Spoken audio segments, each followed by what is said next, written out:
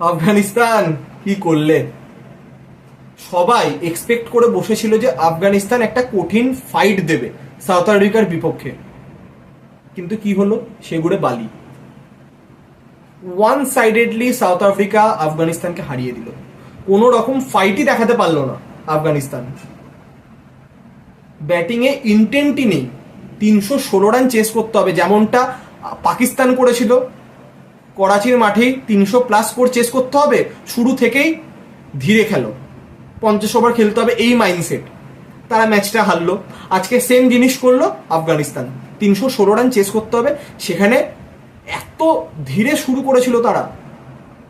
উইকেটও গেল, অন্য প্লেয়ারদের উপর প্রেশার এলো, ম্যাচও গেল হাত থেকে। তো অবশ্যই প্রিভিউতে যেমনটা বলেছিলাম, আফগানিস্তান অতি অবশ্যই চাইবে টস জিতে ব্যাটিং করতে, বড় রান করতে, তারপর স্পিনাররা সেকেন্ড হাফে বল স্পিন বেশি করতে আমরা দেখেছি করাচিতে আগের ম্যাচে, তারপর স্পিনাররা সুযোগ নেবে। কিন্তু আজকে সাউথ আফ্রিকা টস জিতে অবশ্যই ব্যাটিং করার সিদ্ধান্ত নেয় এবং তারা 315 রান করে। তাদের রিকেলটন 103 রান করেন, বাভুমা 58, ডুসেন 52 এবং মার্কারাম 52 রান করেন, যার সুবাদে 315 রানে 6 উইকেটে শেষ হয় সাউথ আফ্রিকার ইনিংস। তো তারপর যখন আফগানিস্তান ব্যাটিং করতে আসে, সাউথ আফ্রিকার 4 জন ফাস্ট বোলার মিলেই 9টি উইকেট নেন এবং কেশব মহারাজ 1টি উইকেট নেন এবং 208 রানে অল আউট হয়ে যায় আফগানিস্তান।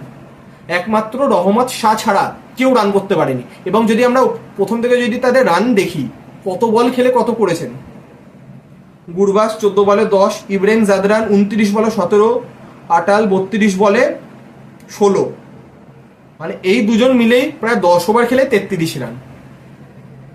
তো অনেকটাই ম্যাচ ব্যাকফুটে তারা। রহমত শাহ 92 বলে 90, শাহিদি 0, ওমর জাই 27 বলে 18, মোহাম্মদ নাবি 17 বলে 8, গুলবাদিন নাইব 19 বলে 13, রশিদ খান 13 বলে 18, নূর আহমেদ 15 বলে 9, ফারুকি 0 বলে 0।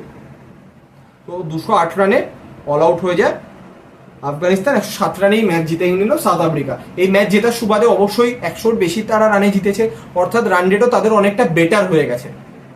তো প্রতি কটা ম্যাচই লাইক নক আউট। এখানে একটা ম্যাচ হারা মানে 50% টুর্নামেন্ট থেকে আউট। সেখানে আফগানিস্তান অনেকটাই পিছিয়ে গেল। তাদের 2টো ম্যাচ বাকি, ইংল্যান্ড আর অস্ট্রেলিয়ার বিপক্ষে। কঠিন ফাইট, কিন্তু তাদের থেকে এটাই এক্সপেক্ট ছিল কি তারা ফাইট দেবে, কিন্তু এরকম ভাবে হারবে সেটা আমরা কেউই এক্সপেক্ট করিনি। তো অবশ্যই আফগানিস্তানের সমর্থকরা হতাশ যাচ্ছে। রশিদ খান উইকেট পাননি, তিনি 10 ওভারে 59 রান দিয়েছেন কিন্তু কোনো উইকেট পাননি। এছাড়া নূর আহমেদ তো তিনি অনেক রান খেয়েছেন, 9 ওভারে প্রায় 65 রান তিনি খেয়েছেন, ফারুকি অনেক রান খেয়েছেন।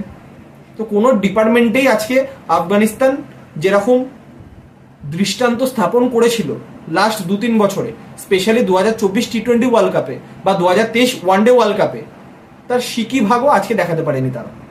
আমরা সকলে এটাই আশা করব আগামী 2টো ম্যাচে যাতে তাদের থেকে ইন্টেন্টটা দেখা যায়, তারপর তারা হারুক জিতুক সে পরের কথা। তো সাউথ আফ্রিকা দল অতি অবশ্যই চাইবে এই মোমেন্টামটাকে নেক্সট ম্যাচেও ধরে রাখতে এবং নেক্সট ম্যাচ জিতে সেমিফাইনালের জন্য কোয়ালিফাই করে যেতে। তো এই ছিল আজকের ম্যাচের আপডেট। তো আগামীকাল mega match England versus Australia. তো সেই ম্যাচেরও বিস্তারিত আপডেট নিয়ে অতি অবশ্যই দেখা হবে একটু নতুন ভিডিওতে। তো এখনকার মতো এতটাই।